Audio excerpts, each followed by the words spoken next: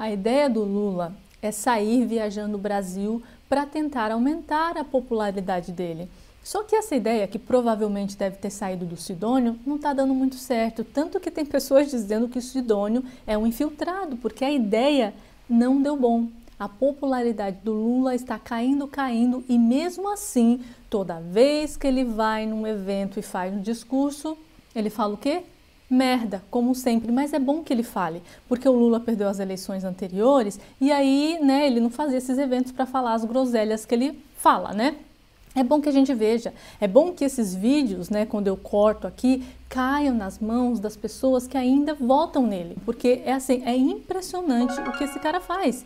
Ele falou mal da Lava Jato, falou mal do Trump, falou que tomou as birita e fora que ele colocou de novo a culpa do aumento do preço, nesse caso da gasolina, no vendedor. E ele já falou isso antes. Deu merda, e ele continua falando, e ele não quer nem saber. Eu não sei qual é que é a do Lula. Ele tá tão seguro de si que ele não se importa com as merdas que ele fala. Agora, por que será que ele tá tão assim convencido de que ele vai ganhar as eleições? Isso me deixa um pouco preocupada, porque falar o que ele fala e ainda achar que ele vai ganhar as eleições é muito estranho. E aí no evento, não só, como vocês podem ver aqui, eu vou colocar mais 3 pessoas só para vocês verem o que rolou por lá e a fala do Lula, que vai ser um pouco maior. Mas essa senhora aqui, chamada Rosângela, e aí é bom que a gente olhe muito bem para a cara dela, porque quando esse governo cair, meu amigo, esse povo vai ver só uma coisa. Recentemente, inclusive, um artigo do presidente da ABIMAQ levantando que nós estamos primarizando as nossas exportações. A Lava Jato destruiu a indústria nacional, destruiu a engenharia nacional, além de toda a injustiça que cometeu com o nosso presidente. E cá estamos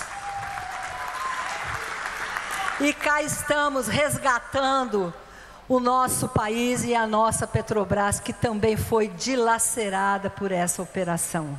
Uma operação que gerou mais de 4 milhões de desempregados no Brasil e que dizimou a nossa engenharia nacional, toda a parte produtiva e de serviços do Brasil.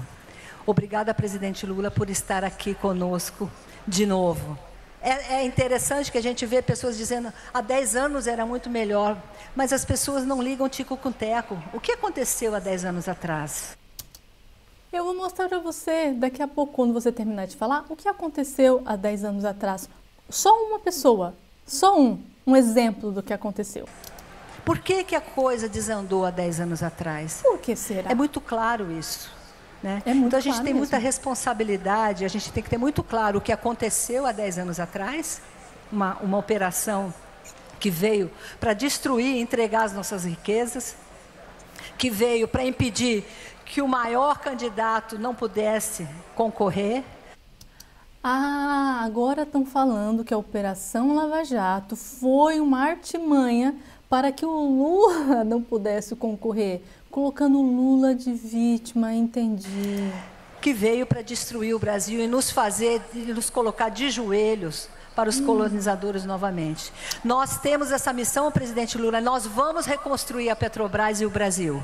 Mas aí a gente pega aqueles casos de um gerente da Petrobras que devolveu 100 milhões de dólares que ele mantinha em contas na Suíça que eram provenientes de suborno. Cara, 100 milhões de dólares é muito dinheiro. Sabe o que ele falou uma vez? Ele falava assim nos interrogatórios. Tem que reavivar, trazer tudo de volta, né? Eu farei isso. Mas ele falava assim, olha, que aquele dinheiro para ele chegou um momento que ele entendia que era quase uma maldição. Que era tanto dinheiro ele não conseguia que ele mais. Não sabia o que fazer. Porque tem que lavar, né? Claro. Como? Uma pessoa desviou esse montante. Tiveram inúmeras na Lava Jato. Imagina? Foi isso que aconteceu, Rosângela, há 10 anos atrás. Tá esquecida? Eu vou refrescar sua memória. Você vai lavar 100 milhões. Como você vai lavar? Denunciamos o golpe de Estado veio, o governo do inominável, inelegível, que será preso em breve, sem anistia para os golpistas. Ele disse que trabalhador não tinha importância para ele. Cara, É impressionante como eles inventam coisas, colocam coisas na boca de pessoas que não falaram. E aí a fake news é da direita. Destruiu a indústria naval. Mais recentemente, lá vem. depois de muita dificuldade de tentar privatizar a Petrobras, eles resolveram dizer que todo mundo que defendia a Petrobras eram ladrões. Por que será, Lula? Será que porque a diretoria, todo mundo que trabalhava ali naquela parte, estavam fazendo movimentações de dinheiro assim que não eram tão lícitas? Inclusive, você era o chefe de tudo? E resolveram transformar a Lava Jato numa espécie de caça-níquel contra os trabalhadores da Petrobras e contra todos que nesse país defendiam a Petrobras. Porque não é assim que você combate corrupção. Eu já falei da outra vez, se você descobre que tem uma empresa que praticou corrupção numa empresa, você prende o dono da empresa, mas você não precisa prejudicar os trabalhadores. Inclusive o chefe, só que aí o chefe foi lá, corrompeu outras pessoas que libertaram ele da cadeia. Eles podem continuar trabalhando, você pode fazer uma nova licitação sem criar nenhum problema. Mas o que estava em jogo na questão da Lava Jato? O quê? Eu acho que hoje todos vocês já têm consciência que o que estava em jogo naquele momento era a destruição da indústria de engenharia desse país e a tentativa de destruir a Petrobras, criando uma imagem negativa da Petrobras no mundo. E para quê? Para que o pessoal da Lava Jato ia fazer isso? Com qual sentido? Qual era o plano? Vamos destruir a Petrobras, vamos parar de produzir, e aí, o dinheiro? Sabe que é investimento para o Brasil, né? Traz dinheiro para o Brasil também. Qual o sentido? E eu digo sempre, muitos de vocês foram ofendidos por entrar no restaurante com essa camisa amarela. Porque a culpa é sua. Sua e das pessoas que estavam corrompendo a Petrobras. A culpa é sua. Muitos de vocês foram chamados de ladrões porque estavam com essa camisa amarela. E muitas vezes por gente dentro da própria Petrobras. E você sabe do que eu estou falando. E aí é só fácil colocar um diretor que fala, não, a Petrobras teve um prejuízo, vamos vender a Petrobras. E não teve? Ela teve um prejuízo muito grande, ela não precisa fazer investimento, vamos vender a Petrobras, vamos começar vendendo a BR. O povo brasileiro não tem as informações necessárias para que ele possa fazer juízo de valores. Ou seja, está dizendo que o pessoal é ignorante o suficiente para não saber como funcionam as coisas. E é isso que precisa ser mudado. As pessoas precisam, pelo menos, saber um pouco das coisas, de como que funciona, porque agora ele fala um monte de groselha. Quem não entende, quem não viu a Lava Jato, quem não sabe o que foi, como jovens de agora, e aí? Faz o quê? Aí ele fala o que ele quiser, manipula como ele quiser. É complicado isso, gente. Se até eu, na minha fase, onde a Lava Jato estava acontecendo, né? Um pouco mais nova, eu não me importava e por isso agora eu tenho que rever realmente o que foi a Lava Jato, todos os envolvidos, o que foi que aconteceu, porque a gente só sabe resumidamente, o jovem sabe menos ainda.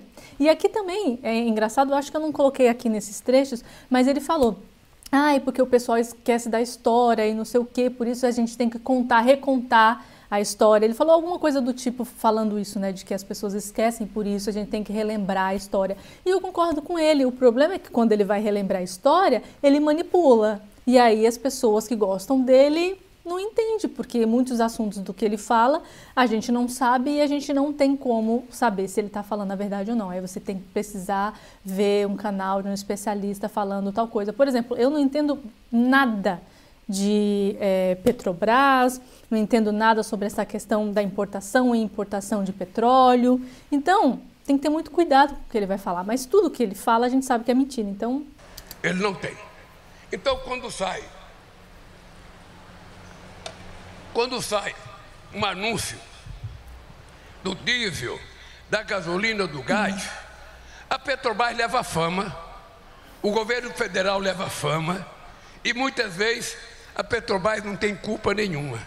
Eu vou dar um dado para vocês aqui. Esse, por exemplo, é o momento do que eu falei. Ele vai falar um monte de números que, óbvio que faz sentido, mas ele está manipulando a verdade. E aí, se a pessoa não entende, não sabe, como é a maioria das pessoas que ainda gostam dele, não vai saber onde que ele está fazendo a manipulação. Ele é pilantra. Como esse cara é pilantra? Ele coloca o consumidor contra o empreendedor. O povo não sabe que a gasolina sai da Petrobras a R$ 3,04. E que na bomba ela é vendida a R$ 6,49. É muito pilantra. Ou seja, ela é vendida pelo dobro do que ela sai da Petrobras.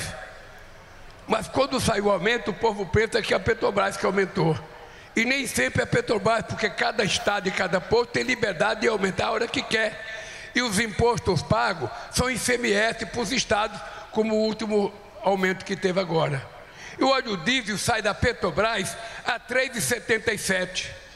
E o cara vai no tanque, vai encher o tanque do carro, ele paga R$ 6,20 um litro de diesel que saiu a R$ 3,27. Mas o mais grave é o preço do gás. O povo não sabe que o botijão de 13 quilos de gás, de 13 litros de gás, sai da Petrobras a R$ 35. É o que sai da Petrobras. Entretanto, depois que ela é entregue, independente do estado, ele chega a R$ 140, a R$ 132, a R$ 120, depende do ICMS que é cobrado no estado. Então, na verdade, o povo paga o triplo do preço que ele sai da Petrobras. E eu estava dizendo para a máquina que é importante informar a população disso, para o povo saber quem xingar na hora que aumenta, para o povo saber quem é o filho da mãe disso. Fala se isso aqui não é um discurso de alguém que está querendo colocar uma pessoa contra outra. É um discurso de ódio isso aqui. Você falar, você tem que saber quem xingar. Não, presta atenção depois dessa fala, vamos ver. Eu lembro que quando, no outro mandato meu, a gente comprou uma empresa para fazer a distribuição, que era a Liquigás. Não sei se vocês estão lembrados. A gente comprou na perspectiva de que ela pudesse entregar gás mais barato. Mas como tem um ditado que diz que a nossa cabeça pensa onde os nossos pés pisam, a Liquigás só lhe afiou a outra e vendia pelo mesmo preço. Por que será que vendia pelo mesmo preço? Primeiro, porque tem muito imposto. Quem colocou o imposto? Quem aprovou o imposto? O aumento de imposto deixou com que os estados colocassem o preço que quiser? Você! Para tirar o gás e a gasolina de lá da Petrobras, precisa ser movimentado, precisa de uma movimentação. Não sai via tubo direto nas casas das pessoas. Isso vem de quê? De caminhão. E você acha que o caminhão, o cara do caminhão que vai tirar da Petrobras e vai levar para a companhia, para a empresa, não vai ser cobrado. Ele não está gastando nada. Não está gastando com pedágio, não está gastando com gasolina, não está gastando com o tempo da pessoa que está fazendo toda essa movimentação. E aí não vai colocar o preço em cima desse valor. Então tá bom. Então eu acho que a Petrobras tem que tomar uma atitude. Sobretudo o óleo diesel. Você já falou comigo uma vez, a gente precisa vender para os grandes consumidores direto. Se puder comprar direto, para que a gente possa baratear o preço do diesel. Se a gente puder vender direto a gasolina, se a gente puder vender direto o gás, porque o povo é, no fundo, assaltado pelo intermediário. Ele é assaltado e a fama fica nas costas do governo. Aí eu te pergunto, como que a Petrobras vai vender direto para o consumidor? O consumidor tem que ir lá buscar o gás, a gasolina, não tem? Ou, se ele não for buscar, alguém tem que entregar. E essa entrega toda vai ser como? Tem um intermediário. Não importa também se a pessoa ir lá buscar, ela vai gastar com combustível, ela vai gastar com tempo. O tempo dela, quem vai pagar por esse tempo dela que ela tem que ir lá buscar? Então eu não defendo a Petrobras porque eu como petróleo, eu não como. Porque eu bebo gasolina, não bebo. Eu bebo outro álcool, a gasolina não. Então, veja, nós temos que ter em conta. Alguém poderia ter gritado, bebum, mas a gente está ali, né, na Petrobras, está todo mundo, né, assim, eu não quero perder meu emprego, não posso falar nada. Inclusive tem um idiota, mas provavelmente esse foi pago para fazer isso. Temos que ter em conta, gente, que nós estamos num mundo muito competitivo. Vamos ver o que está dizendo o presidente dos Estados Unidos da América do Norte. E assim, de graça, viu? Colocou o Trump aí no meio de tudo, assim, de graça. Misturou um assunto no outro, é uma maravilha. Os Estados Unidos, depois da Segunda Guerra Mundial, se comportou aos olhos do mundo como símbolo da democracia. Aniele Franco só tá assim, ó. Ai, meu Deus do céu, lá vem. Porque assim, ele vai criticar o Trump. Beleza, você pode fazer suas críticas, mas depois que vier retaliações, não reclame, porque você pensa que o pessoal não vai ficar sabendo disso que você está falando? Aí é que tá. Critica o governo, depois que ele colocar uma sanção, depois que ele não querer conversar com você para decidir se vai ter mais imposto ou não, vai achar ruim. O sonho americano Aniele. é uma coisa mais falada em todo o filme americano. O sonho era um país que dava oportunidade para todo mundo e é um país que deve ser motivo de orgulho do seu povo, porque lá tinha muita oportunidade mesmo. Quando chegou, os Estados Unidos construiu uma base militar para tomar conta do mundo. Em qualquer lugar do mundo que você vai, você encontra um porta-aviões americano como se estivesse tomando conta do mundo. É porque é uma das maiores nações, né? Mais rica. Essa era a imagem que a gente tinha dos Estados Unidos. Até outro dia. Então entra um novo presidente e muda radicalmente o discurso. Muda radicalmente. Destrói aquele discurso do Consenso de Washington de 1980, do Reagan e da Margaret Thatcher na Inglaterra. De que o negócio era abrir as fronteiras, de que o negócio era, não ter barreira comercial, era comércio livre, que a gente tinha que comprar de tudo, que não tinha que ter imposto, que não tinha que ter empecilho. Era essa a lógica do Consenso de Washington. E o Brasil aceitou. A primeira coisa que nós tivemos foi acabar com a indústria de autopeça nesse país, em nome dos carros mundiais que começou a ser criado. Quase destrói a nossa indústria têxtil e foram destruindo indústria, comprando indústria. Tinha gente que comprava para fechar. E agora... Comprava para fechar? Ou seja, ele está falando que os Estados Unidos destruiu alguns comércios no Brasil. Alguns setores do Brasil. Olha quão grave é isso aqui, gente. Entra um novo presidente, e qual é o discurso do novo presidente? América para os americanos. Nós vamos taxar tudo que é produto importado. E vamos mandar embora tudo que é imigrante. Olha, tô falando, gente, não dá para desmentir esse canalha toda hora. Imigrante ilegal. Não, e pior, olha só o que ele vai falar. Os imigrantes que foram para os Estados Unidos ajudaram a construir aquela pátria grande, ajudaram a construir a riqueza dos Estados Unidos, até vota a maioria, e resolveram mandar embora. Como se o Trump tivesse mandado todo mundo. Não, os imigrantes legais ainda trabalham nos Estados Unidos e continuam ajudando a construir o país. A força de trabalho do país. Assim, em qualquer lugar do mundo, em todos os lugares do mundo, existe as regras de você vai entrar legalmente. É por isso que tem fronteira. Os latino-americanos que foram para lá fazer trabalho que os americanos já não queriam mais fazer. Todo dia tem uma ameaça. Todo dia tem uma ameaça, todo dia tem uma coisa. E eu, sinceramente... Isso de ameaça, ele ainda está falando do Trump, tá? Que o Trump está fazendo ameaça todo dia. O Brasil é um país de paz. A gente não tem divergência com nenhum país.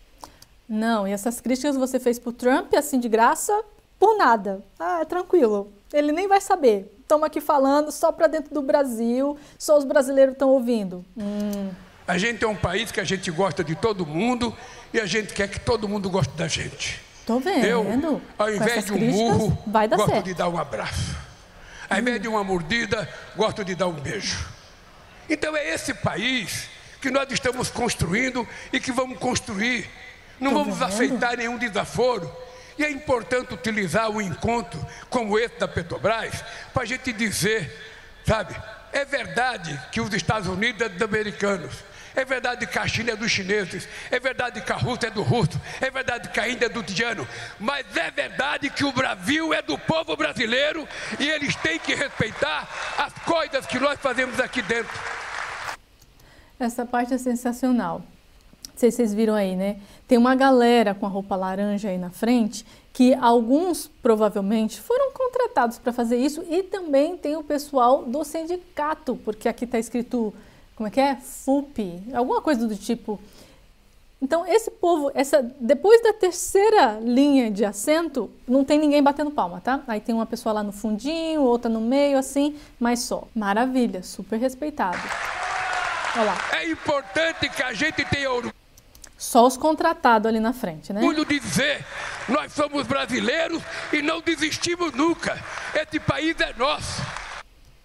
Aí agora, para fechar com chave de ouro, já que eu mostrei que tinha 3 pessoas batendo palma, no final piora um pouco, porque este ser vai falar Lula, não sei o quê, e aí as palmas. Eu quis terminar com esse momento maravilhoso, para vocês terem noção da popularidade, já que eu falei lá no começo, né? Será que a popularidade dele tá boa lá na Petrobras? Seria redundante dizer que o maior líder da nossa história, mas não é redundante dizer que é o ser humano mais resiliente, corajoso e determinado que nós já tivemos dirigindo o Brasil, o presidente Lula! Olha lá. Nem o pessoal que tá com a roupa laranja bateu palma. 3. Se você contar direitinho aí, tem só 3. E é isso, meus amigos. Muita paciência para ouvir o Lula, mas é importante que a gente escute para ver o quão escroto é este cara, para que a gente nunca mais pense na possibilidade de colocar ou ele ou alguém ao qual ele se alia, né, ao qual ele indique para presidência ou para qualquer cargo. Nenhum, nem prefeito, nem deputado, ninguém, absolutamente ninguém. E aí é importante também a gente ver esses discursos de quem está falando e o que está falando dentro desses espaços aí. Então a carinha dessa Rosângela, desses outros caras aí, a gente tem que gravar, porque quando eles mudarem de opinião lá na frente, porque eles vão mudar, a gente ficar esperto e não esquecer do rostinho deles, né? Então por enquanto é isso, espero ter informado vocês um pouco mais. Um beijo, até a próxima e tchau!